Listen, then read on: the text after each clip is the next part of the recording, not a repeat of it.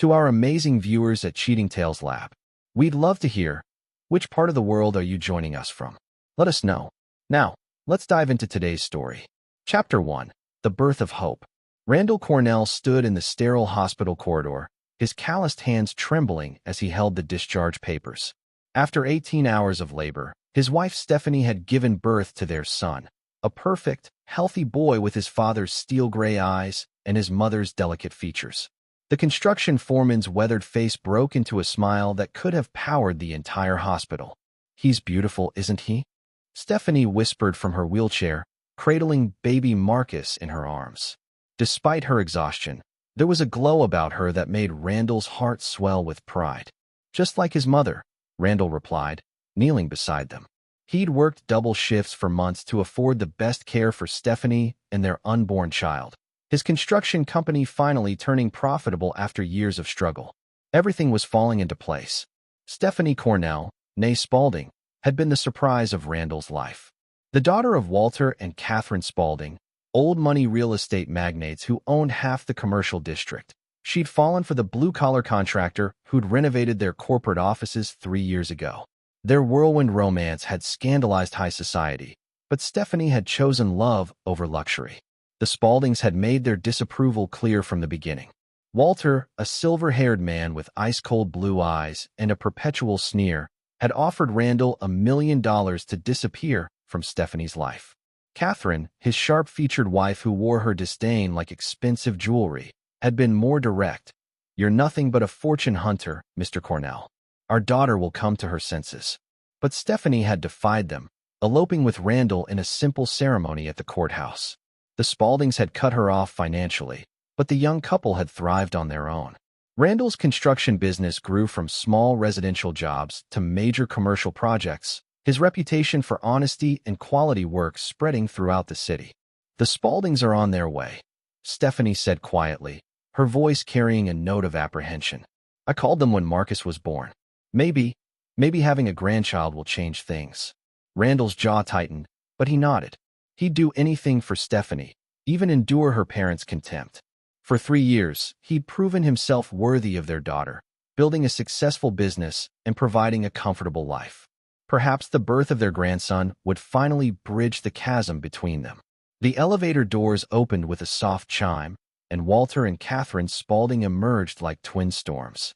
Walter wore a charcoal suit that probably cost more than most people's monthly salary, while Catherine was draped in furs despite the mild weather. Their expressions were carved from stone. "Stephanie, darling," Catherine said, her voice honey-sweet, but her eyes cold as winter.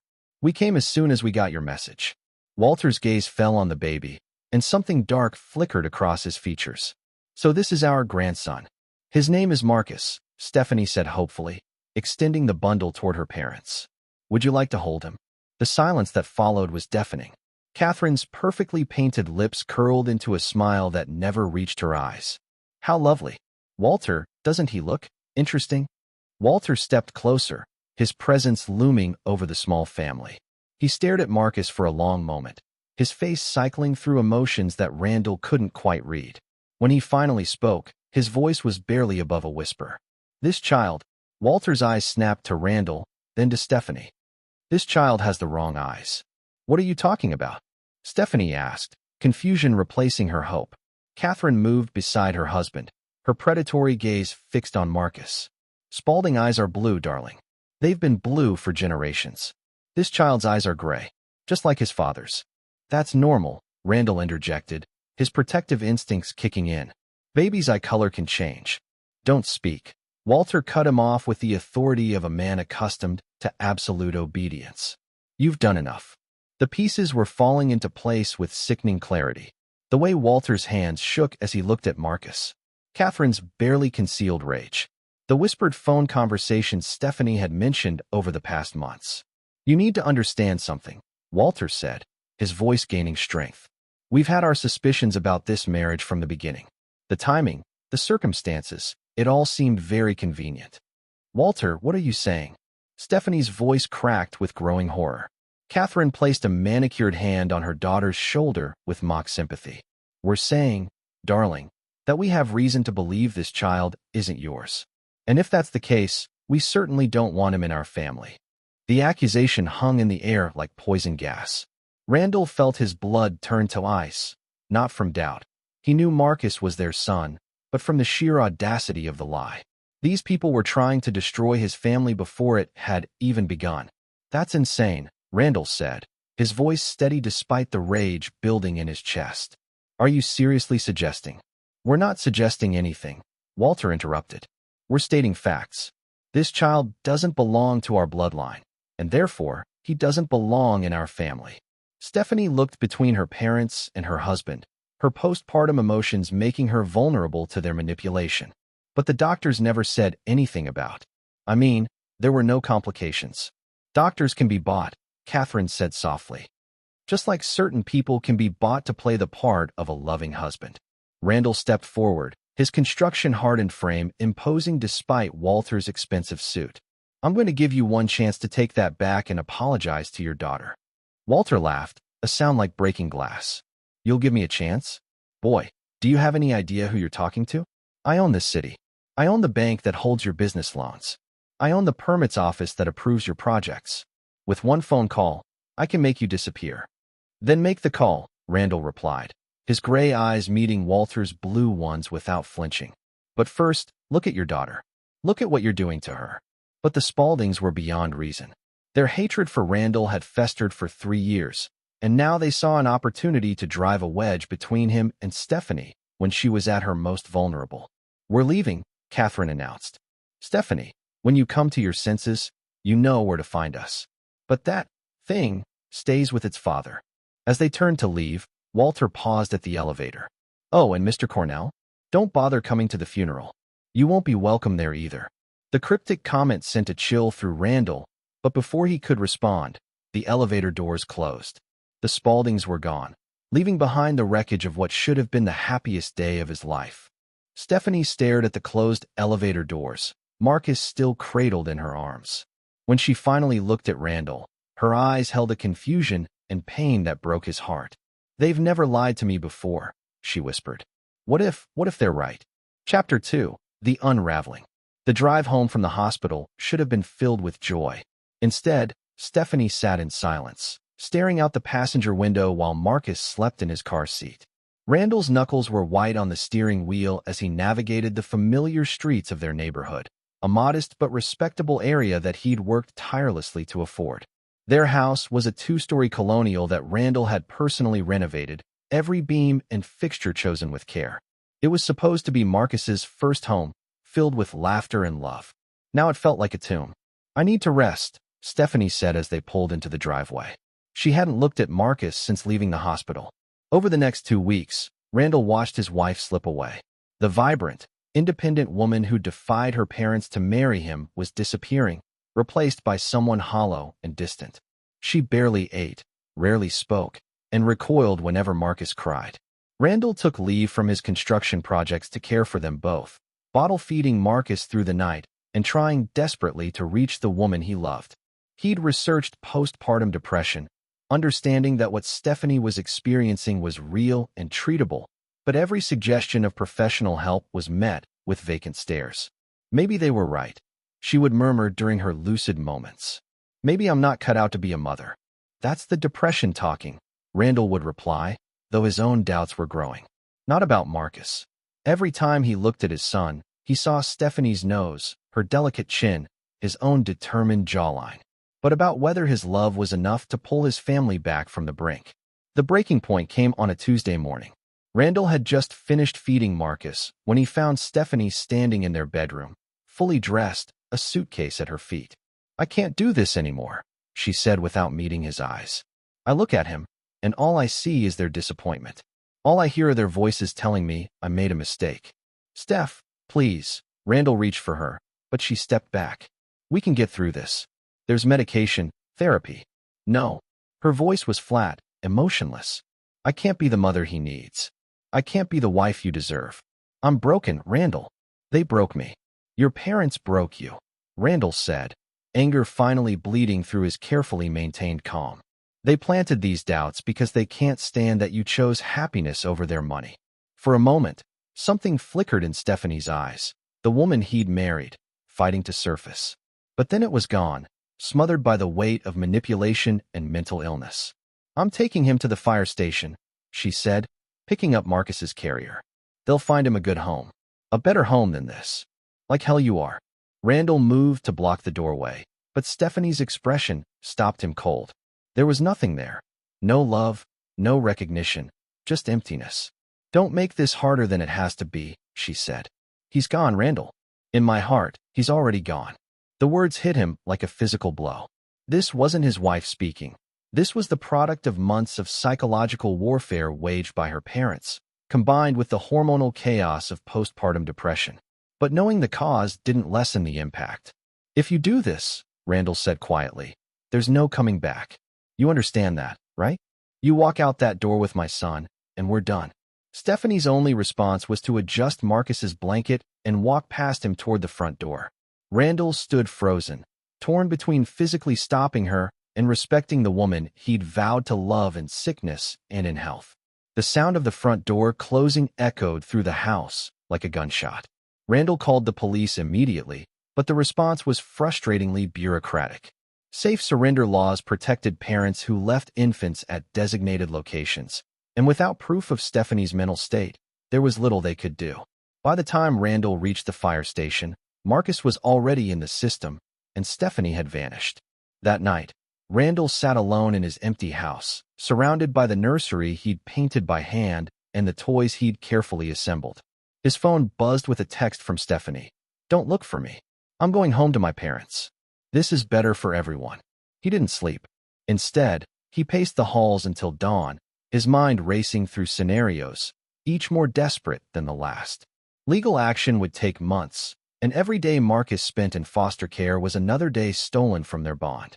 The Spauldings had money, influence, and lawyers who could tie up the courts indefinitely. But Randall Cornell hadn't built a successful business by accepting defeat. He'd clawed his way up from nothing, earning respect through determination and integrity. His father had been a drunk who'd abandoned the family when Randall was 12, forcing him to become the man of the house overnight. His mother had worked 3 jobs to keep them afloat, teaching him that strength came from fighting for what mattered. Marcus mattered, and Randall would move heaven and earth to bring his son home. The plan began to form as he sat in Marcus's nursery, watching the sunrise paint the walls gold. The Spauldings thought they'd won, that their money and manipulation had removed the obstacles to controlling their daughter. They were about to learn that they'd underestimated their opponent. Randall Cornell was many things: a skilled craftsman, a loyal husband, a devoted father. But he was also his mother's son, raised to believe that when someone threatened your family, you didn't back down. You planned, you prepared, and then you struck with the precision of a master carpenter driving a nail. The war had begun, and the Spauldings had no idea what was coming. Chapter 3: The Revelation. The call came at 11:47 p.m., exactly 8 hours after Stephanie had walked out with Marcus. Randall was sitting in his truck outside the fire station, having spent the day navigating the maze of social services and legal red tape. The phone's shrill ring cut through the night like a blade. "Mr. Cornell? This is Detective Leon Green with the State Police. I need to speak with you about Walter and Catherine Spaulding." Randall's grip tightened on the phone. "What about them?" "Sir, I'm afraid there's been an accident. Their private jet went down in the Cascade Mountains approximately 3 hours ago. There were no survivors." The words should have brought some satisfaction, cosmic justice for the people who destroyed his family. Instead, Randall felt only a hollow numbness. "My wife, is she?"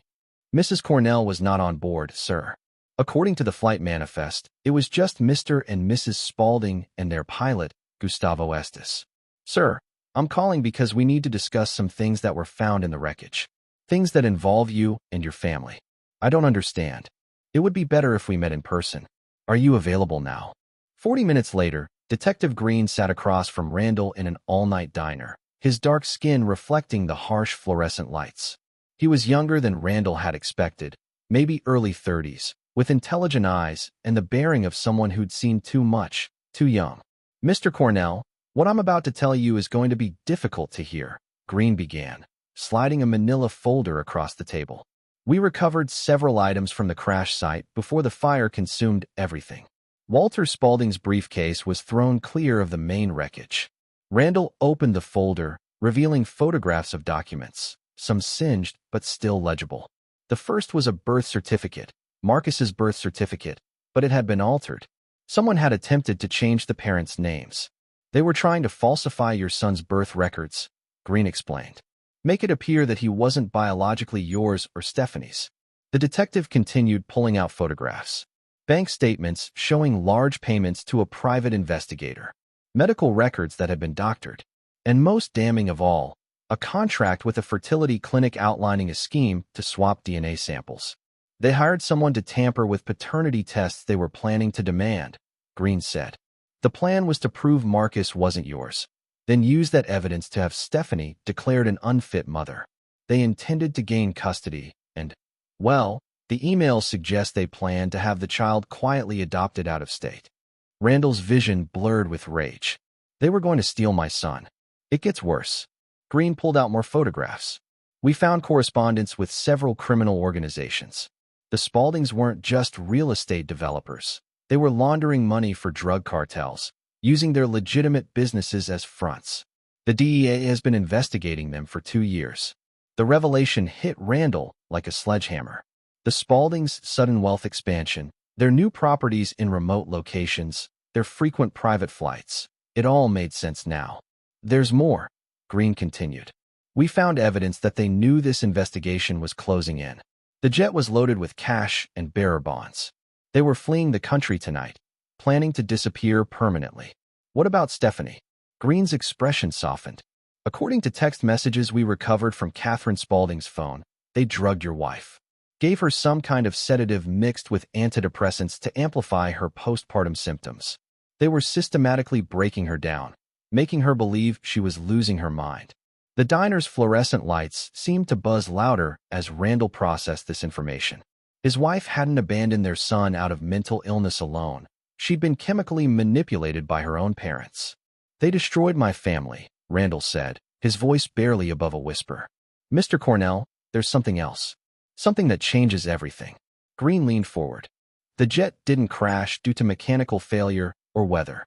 Randall looked up sharply. Preliminary investigation suggests the aircraft was sabotaged. Someone cut the hydraulic lines and tampered with the navigation system. This wasn't an accident. It was murder. The detective slid one final photograph across the table. It showed a surveillance image from the airport, timestamped just hours before the crash. A figure in coveralls and a baseball cap was crouched near the jet's landing gear. We enhanced the image, Green said. The person has a distinctive tattoo on their forearm, a construction company logo. Mr. Cornell, do you recognize this logo? Randall stared at the photograph, his mind reeling. The logo belonged to Arturo Hastings Construction, his biggest competitor and a man who'd been systematically underbidding Randall's projects for months. More importantly, Arturo Hastings was Catherine Spaulding's nephew. Jesus Christ, Randall breathed. They were planning to frame me. That's our working theory. Kill the Spauldings before they could flee or expose their criminal network, then pin it on you. With your wife emotionally compromised and your son in state custody, you'd be the perfect patsy. A bitter husband seeking revenge against his in-laws. Green closed the folder. But here's the thing, Mr. Cornell. Arturo Hastings made a mistake. He used one of his company vehicles to access the airport, and we have him on security footage. We arrested him 20 minutes ago, and he's already started talking. About what? About who hired him. And Mr. Cornell, it wasn't the Spauldings. The revelation sent a chill down Randall's spine. If Walter and Catherine hadn't arranged their own deaths, then someone else was pulling the strings. Someone who wanted them dead and Randall framed for the murder. Who? Randall asked, though he was beginning to suspect the answer. Someone who stood to inherit everything if the Spauldings died and you went to prison. Someone who knew about their criminal activities and saw an opportunity to eliminate all the threats to their future wealth. Green's phone buzzed with a text message. He read it, then looked back at Randall with grim satisfaction. Arturo Hastings just gave us a name. And Mr. Cornell, I think you're going to want to hear this. The detective's next words would change everything, setting in motion a chain of events that would either restore Randall's family or destroy everything he'd worked to build. The person who hired Hastings to kill the Spauldings and frame you, Green said slowly, was your wife, Stephanie. Chapter 4. The Hunter Becomes the Hunted. The world tilted on its axis. Randall gripped the edge of the diner table, his knuckles white against the red formica. That's impossible. Detective Green's expression was sympathetic but unwavering. Hastings provided phone records, bank transfers, even recordings of their conversations. Your wife has been planning this for months, Mr. Cornell. She hired him to eliminate her parents and make it look like you did it. You don't understand, Randall said, shaking his head. Stephanie loved her parents, despite everything. She spent years trying to gain their approval. And she would never. She couldn't. People change when there's enough money involved. Green pulled out his tablet, showing Randall a series of financial documents. The Spaulding estate is worth approximately $47 million. With her parents dead and you in prison for their murder, Stephanie would inherit everything. Clean money, too. The legitimate real estate holdings, not the cartel cash.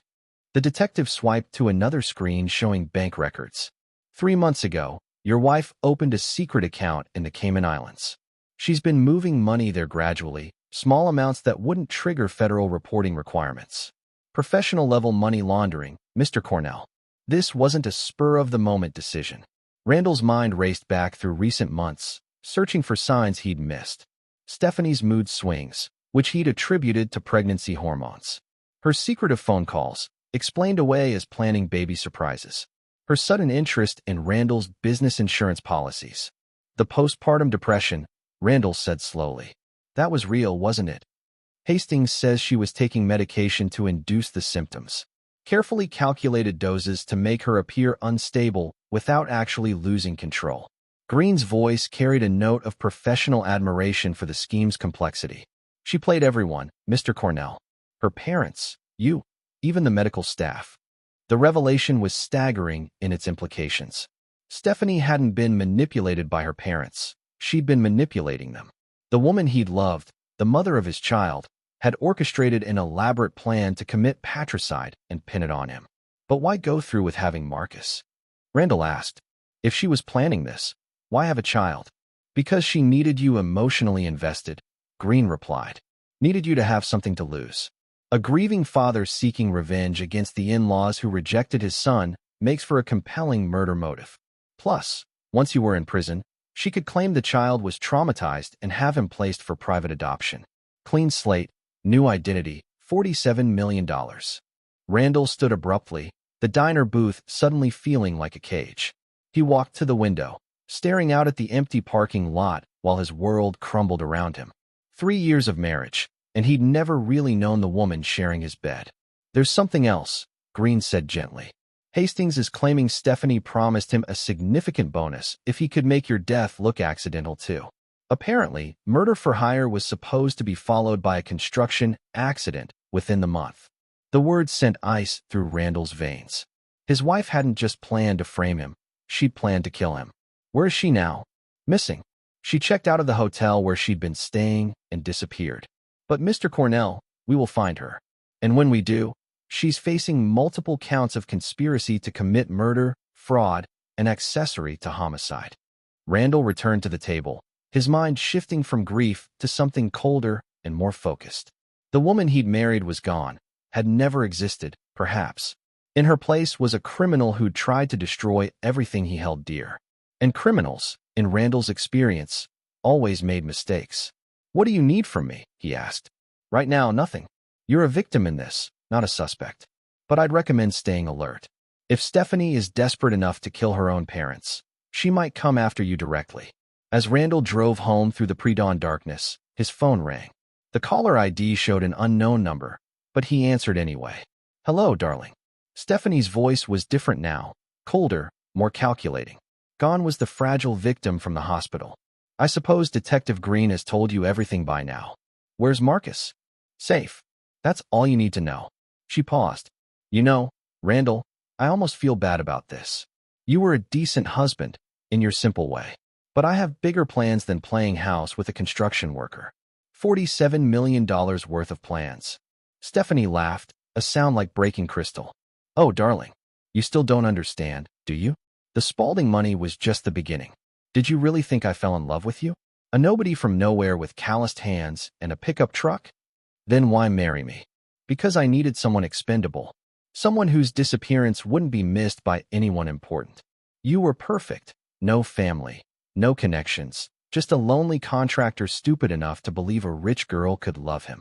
The cruelty in her voice was surgical in its precision, designed to cut deep. But Randall had endured worse. His father's abandonment, his mother's death from overwork, years of fighting for every opportunity. Stephanie's words stung, but they also revealed something crucial. She was overconfident. You made one mistake, Randall said calmly. Oh, and what's that? You assumed I was stupid. He ended the call and immediately contacted Detective Green. Within hours, the trap was set. Stephanie's call had been traced to a location 30 miles outside the city, an abandoned industrial complex that Randall's company had surveyed for potential development 2 years earlier. He knew every building, every access point, every hiding spot. More importantly, he knew Stephanie didn't know he knew.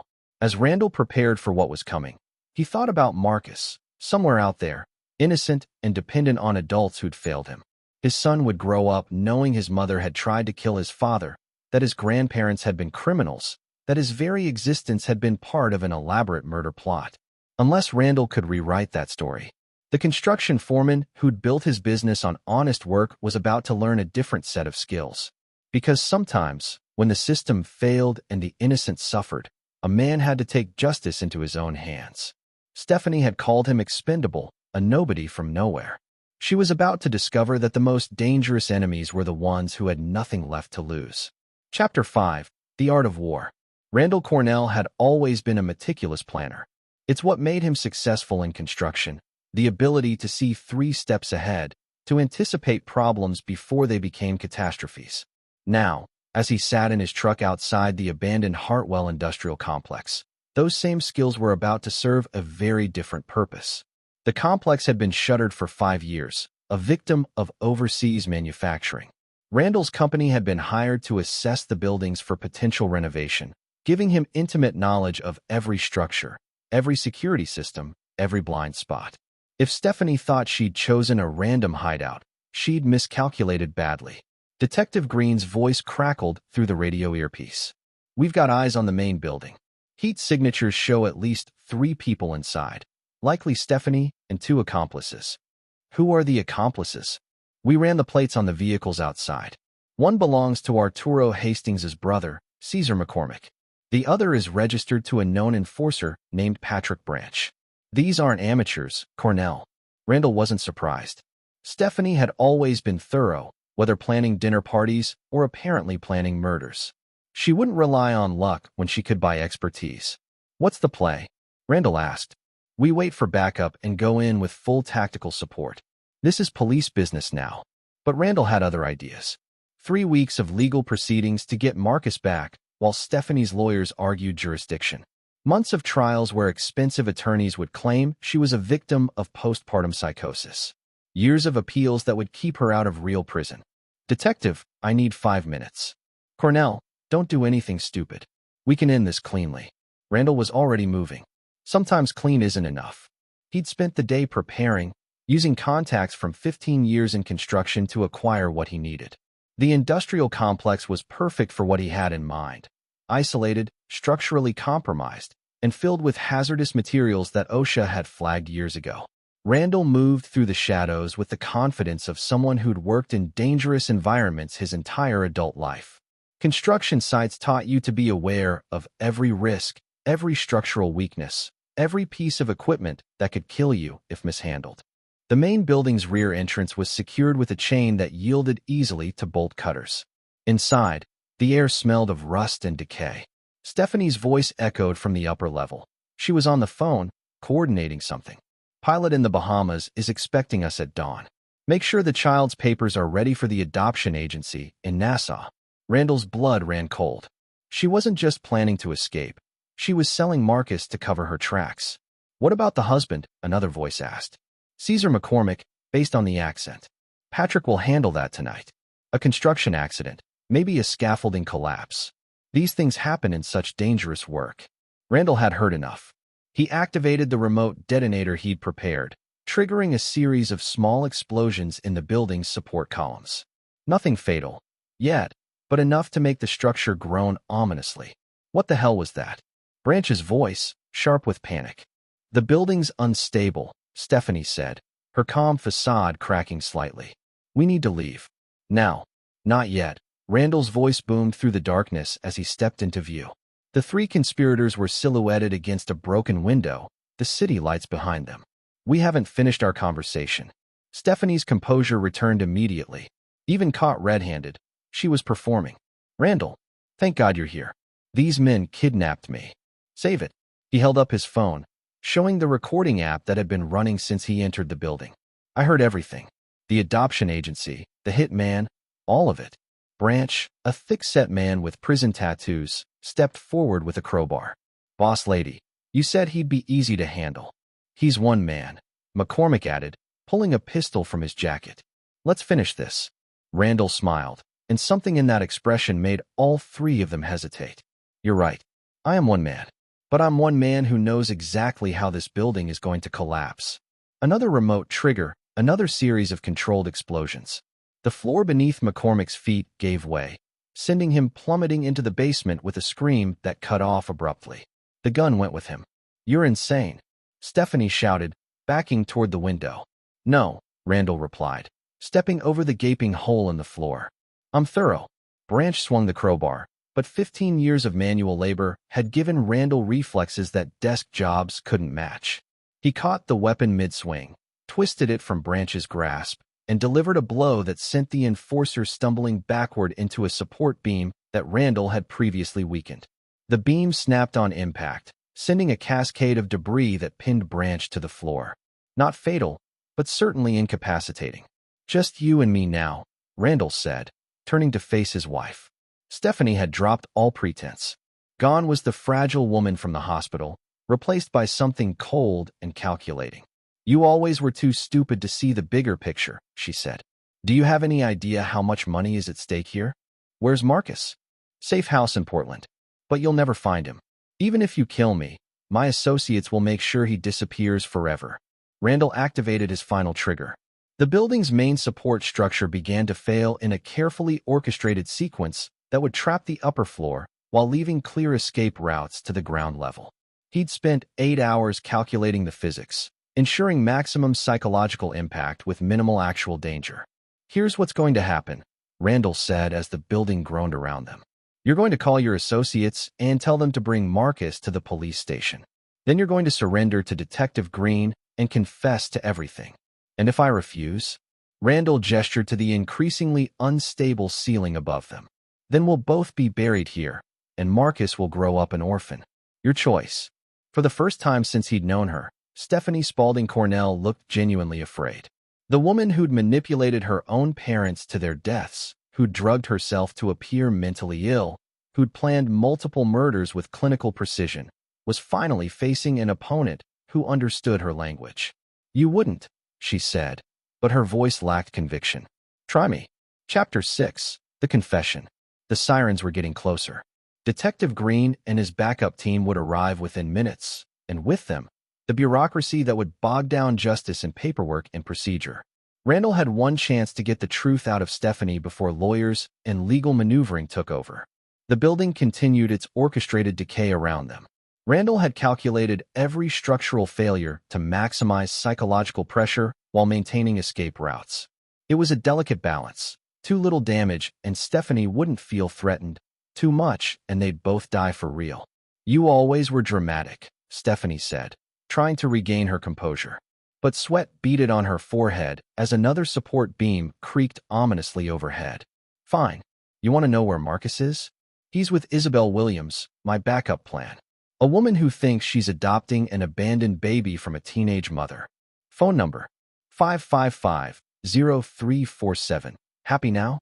Randall immediately texted the information to Detective Green, then returned his attention to Stephanie. Now tell me about the rest of it. All of it. What's the point? You've already won. She gestured dismissively at the chaos around them.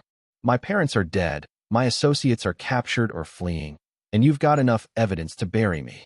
I want to understand why. Randall stepped closer, debris crunching under his boots. 3 years, Stephanie.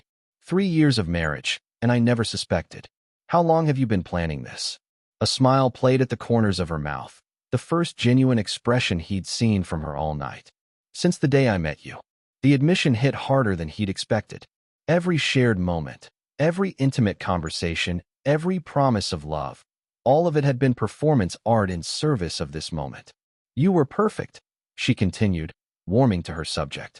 A self-made man with no family, no powerful friends, no one who'd dig too deep if you disappeared. Plus, you were honest to a fault. When the investigation started, everyone would assume the poor, betrayed husband had snapped. But why kill your parents? Why not just divorce me and take half? Because they knew too much. Stephanie's facade was completely gone now, replaced by someone Randall didn't recognize. The money laundering, the cartel connections, the bodies buried in foundation concrete at their construction sites. They were liabilities. Randall felt sick. Bodies. Oh yes. Dear old dad didn't just wash drug money. He disposed of the occasional inconvenient witness. Very efficient, really. Nothing says permanent like several tons of concrete. The building shuddered as another support gave way. In the distance, Randall could hear vehicles approaching, Green's backup arriving. Time was running out. The fertility clinic scheme, Randall pressed. That was real. Of course it was real. I needed a backup plan in case you proved harder to frame than expected. Fake paternity results, custody battles, anything to keep you distracted while I consolidated control of the estate. And Marcus? What was your plan for him? For the first time, Stephanie's mask slipped completely, revealing something genuinely cold underneath. Insurance policy. A child's testimony can be very compelling if properly coached. Daddy hurt Grandma and Grandpa. Very tragic, very believable. The rage that had been building in Randall's chest finally erupted. He lunged forward, grabbing Stephanie by the shoulders and slamming her against the wall. He's your son. He's evidence, she replied without emotion. Evidence that I can use or dispose of as needed. Randall's hands tightened around her throat, and for a moment, the temptation to end it all right there was overwhelming. But the sound of boots on the stairs below reminded him that he had a son to think about. Marcus needed his father to be better than the woman who'd tried to destroy them both. Detective Green, Randall called out. Up here. Stephanie's eyes went wide with panic. What are you doing? Something you never learned how to do, Randall replied, stepping back from her. The right thing. Green and two uniformed officers appeared at the top of the stairs, weapons drawn but lowered when they saw the situation was under control. The detective took in the structural damage with a professional eye. Cornell, please tell me you didn't actually bring down a building. Just made it look that way. Controlled demolition is part of my skill set. Randall gestured to Stephanie. She's ready to confess. I'm not confessing to anything. Stephanie snapped, her lawyer instincts finally kicking in. And anything I said under duress is inadmissible. Green smiled. Ma'am, are you aware that we've had surveillance equipment monitoring this building for the past hour? We recorded everything. Stephanie's face went white. That's illegal wiretapping. Not when we're tracking a fugitive wanted for multiple homicides. Green nodded to the officers, who moved to handcuff her. Stephanie Cornell, you're under arrest for conspiracy to commit murder, fraud, racketeering, and accessory to homicide. As they read her rights, Stephanie's composure finally cracked completely. You don't understand, she screamed at Randall. I could have made you rich. We could have had everything. I already had everything, Randall replied quietly. A wife who loved me and a son to raise. You destroyed that for money. You stupid, sentimental fool. Love doesn't pay bills. Love doesn't buy respect. No, Randall agreed. But it's worth more than anything you could steal. As the police led Stephanie away, Detective Green approached Randall. We found the Williams woman. She's cooperating fully. Apparently had no idea about any of this. Marcus is safe and will be returned to you within the hour. Relief flooded through Randall like a physical force. His son was safe. The immediate threat was neutralized. But as he watched the police cars disappear into the night, he realized his story was far from over. Stephanie had accomplices still at large. The cartel money needed to be traced and returned. Most importantly, there would be trials, media attention, and years of legal proceedings that would keep this nightmare alive. But for the first time since Marcus's birth 3 weeks ago, Randall Cornell felt like himself again. Not a victim, not a pawn in someone else's game, but a man with the skills and determination to protect what mattered most. The real work was just beginning. Chapter 7. The network unraveled. 6 months later, Randall Cornell had become an expert in federal criminal law, financial forensics, and the psychology of sociopaths. The modest man who'd once worried about permit applications now sat in briefing rooms with FBI agents, DEA investigators, and federal prosecutors. Marcus, now 8 months old and thriving, babbled happily in his high chair as Randall fed him breakfast in their kitchen. The house felt different now, secure but guarded, loving but marked by the knowledge of how close they'd come to losing everything. Da-da-da, Marcus gurgled, reaching for Randall's coffee mug. That's right, buddy. Daddy's got you. Randall smiled, but his eyes kept drifting to the security monitors he'd installed throughout the house. 3 attempts on his life in the past 4 months had taught him paranoia wasn't a weakness, it was survival. The phone rang. Detective Green, now promoted to the federal task force investigating the Spaulding network. Cornell, we've got movement. Stephanie's lawyers are pushing for a plea deal. What kind of deal? 20 years minimum, full cooperation with the cartel investigation, and complete disclosure of all assets and accomplices. In exchange, they take the death penalty off the table. Randall considered this while wiping applesauce from Marcus's chin. What does that mean for the others? That's why I'm calling. We've identified 7 more people in the network, including 2 sitting city council members and a federal judge.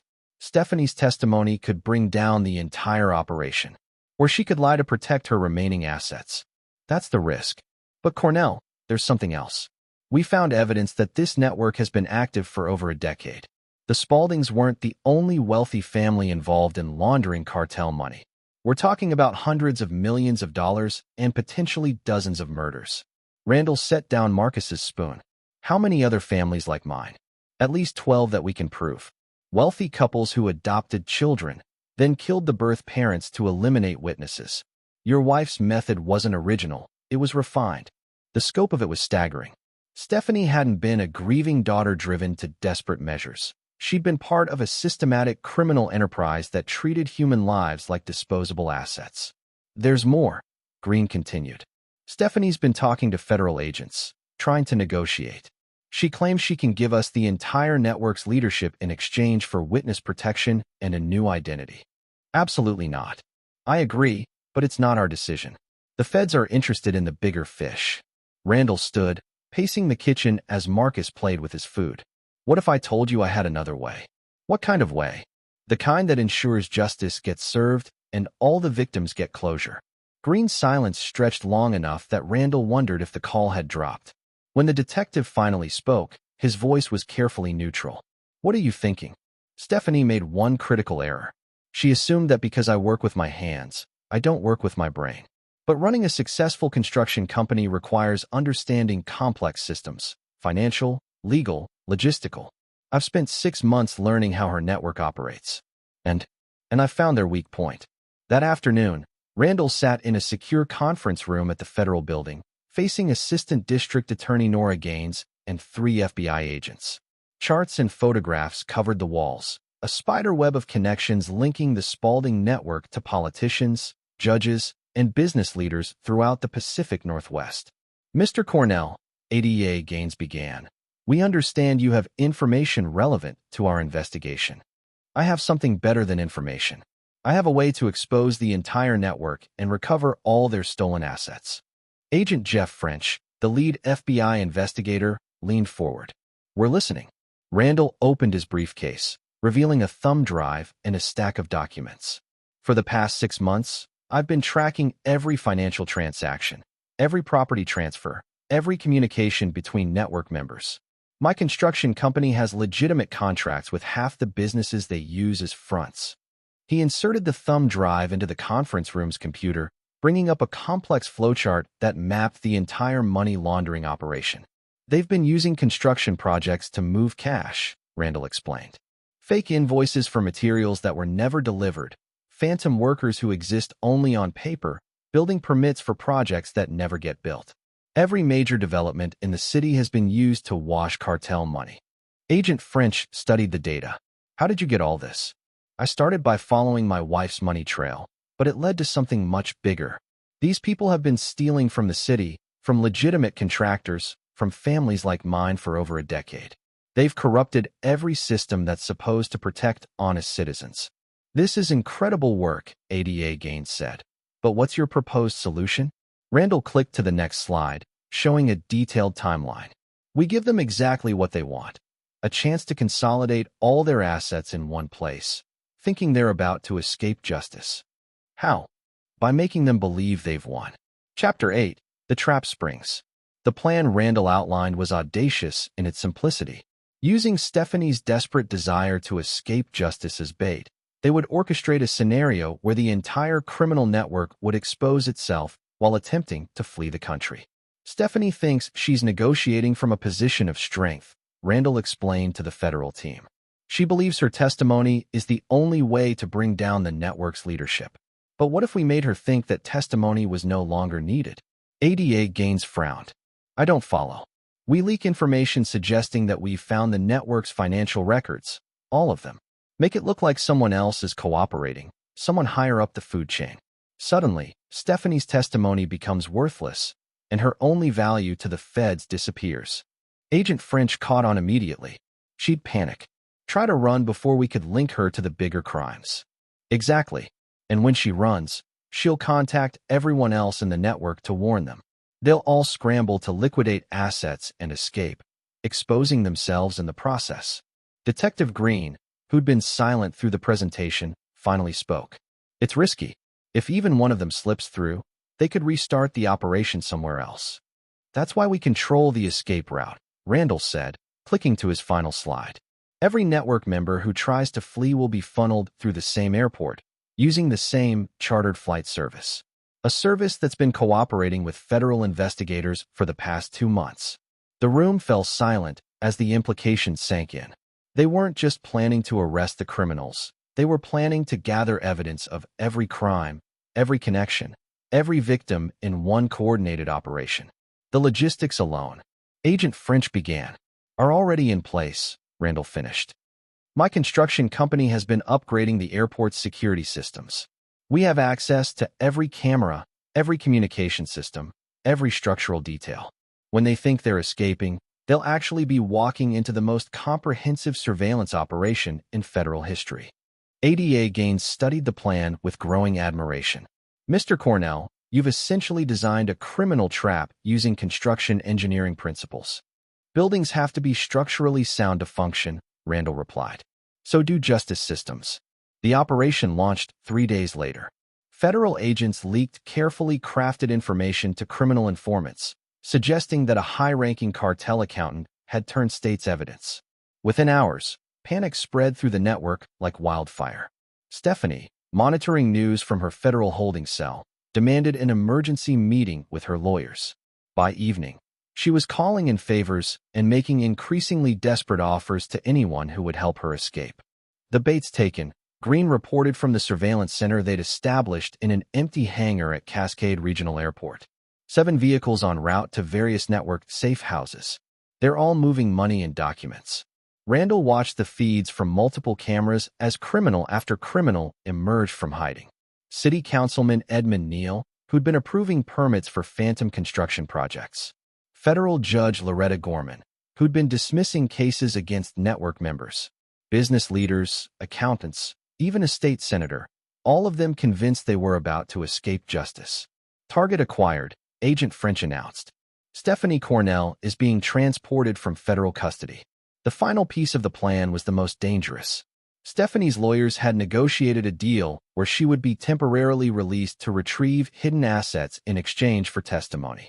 What they didn't know was that federal agents had been tracking her communication for weeks, mapping every contact and safe house. She's heading for the Ocean View Hotel, Green reported. That's where they've been coordinating the escape flights. The hotel was a decrepit building on the city's outskirts, the kind of place that asked no questions and accepted cash payments. Randall had surveyed the property months ago for a renovation project that never materialized. Like everything else in this operation, the location played to his advantages. Showtime, Agent French said as black SUVs surrounded the hotel.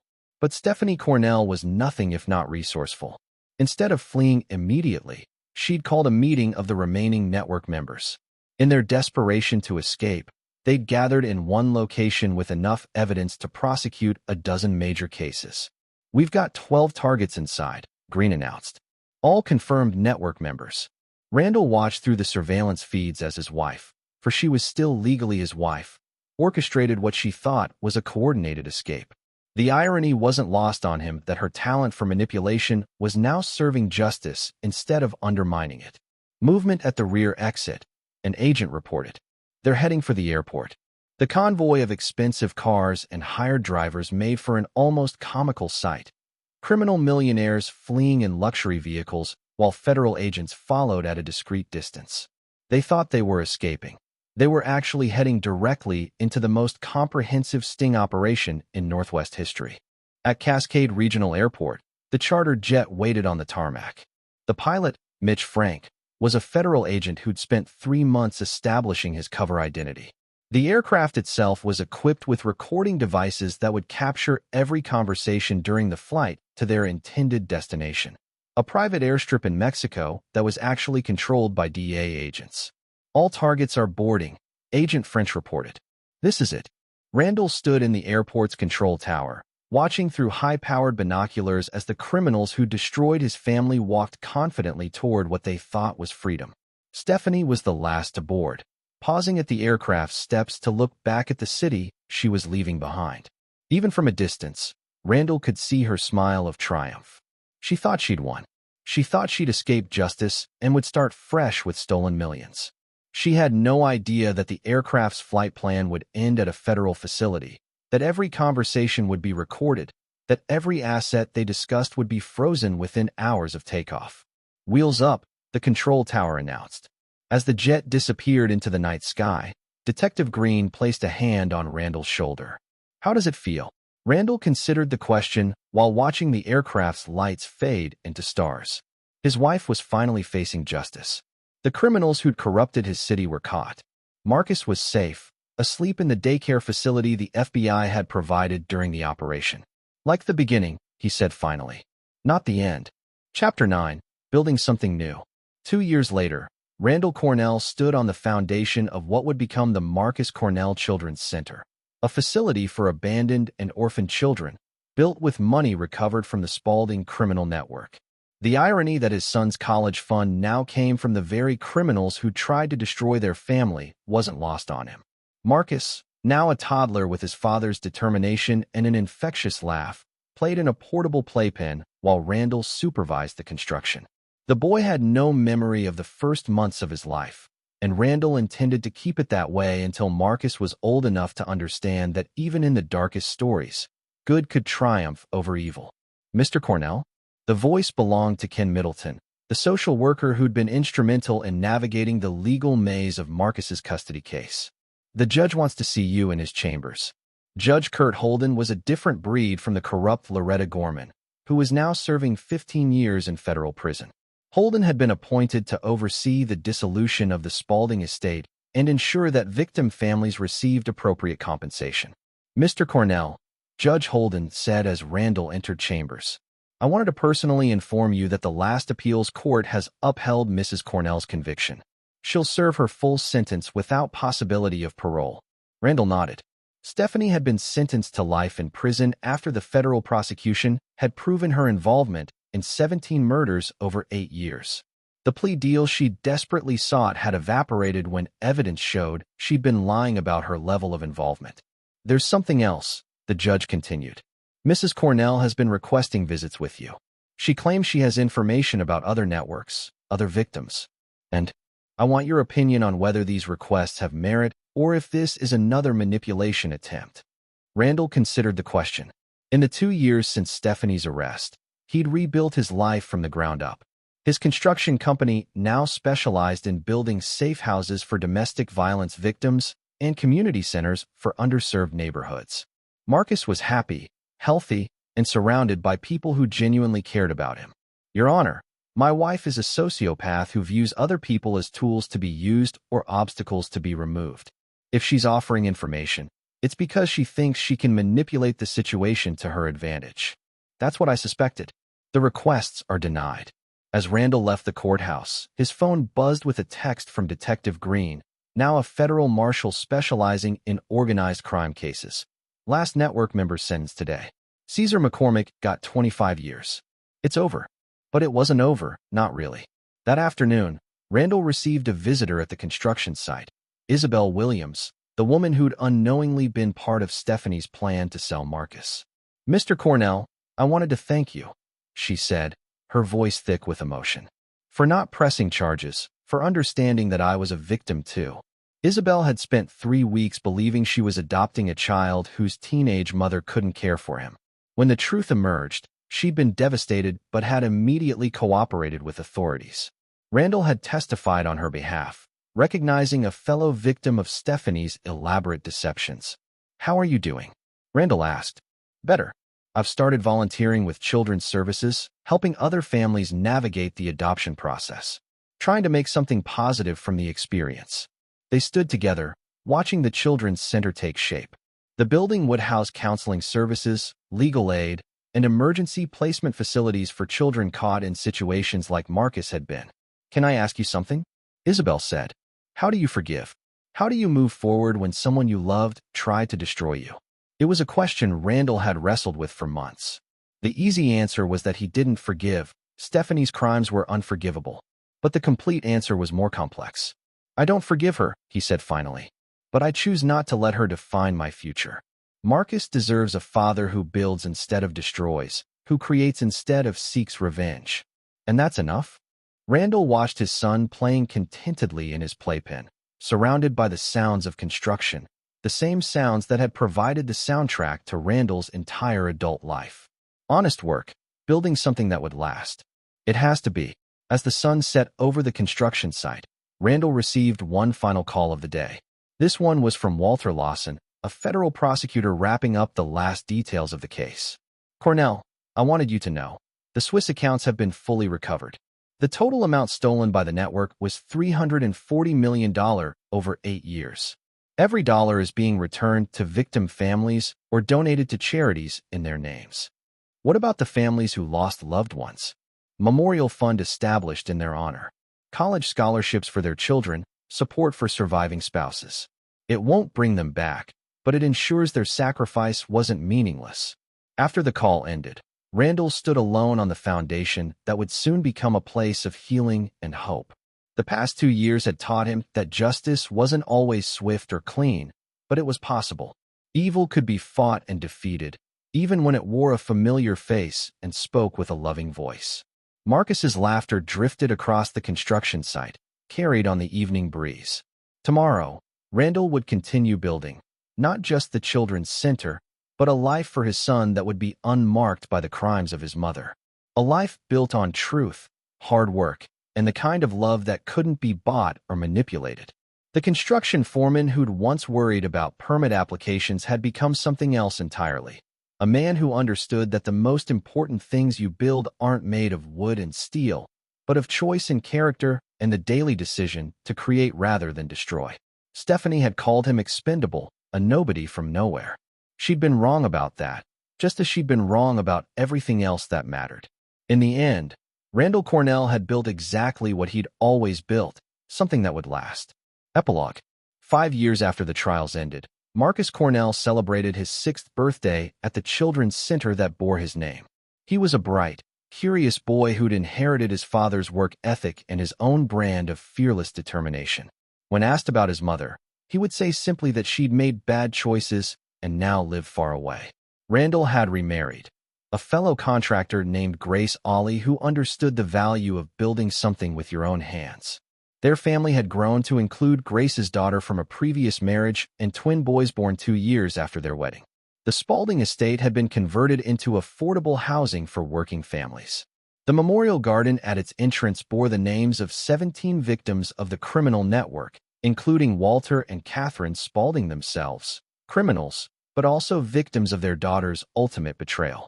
Stephanie Cornell remained in federal prison, her requests for visits still denied, her appeals exhausted. The woman who tried to engineer the perfect crime had instead orchestrated the perfect justice, comprehensive, inescapable, and lasting. And in a small house overlooking the children's center, Randall Cornell continued doing what he'd always done, building futures, one carefully laid foundation at a time. This is where our story comes to an end. Share your thoughts in the comments section. Thanks for your time. If you enjoy this story, please subscribe to this channel. Click on the video you see on the screen, and I will see you there.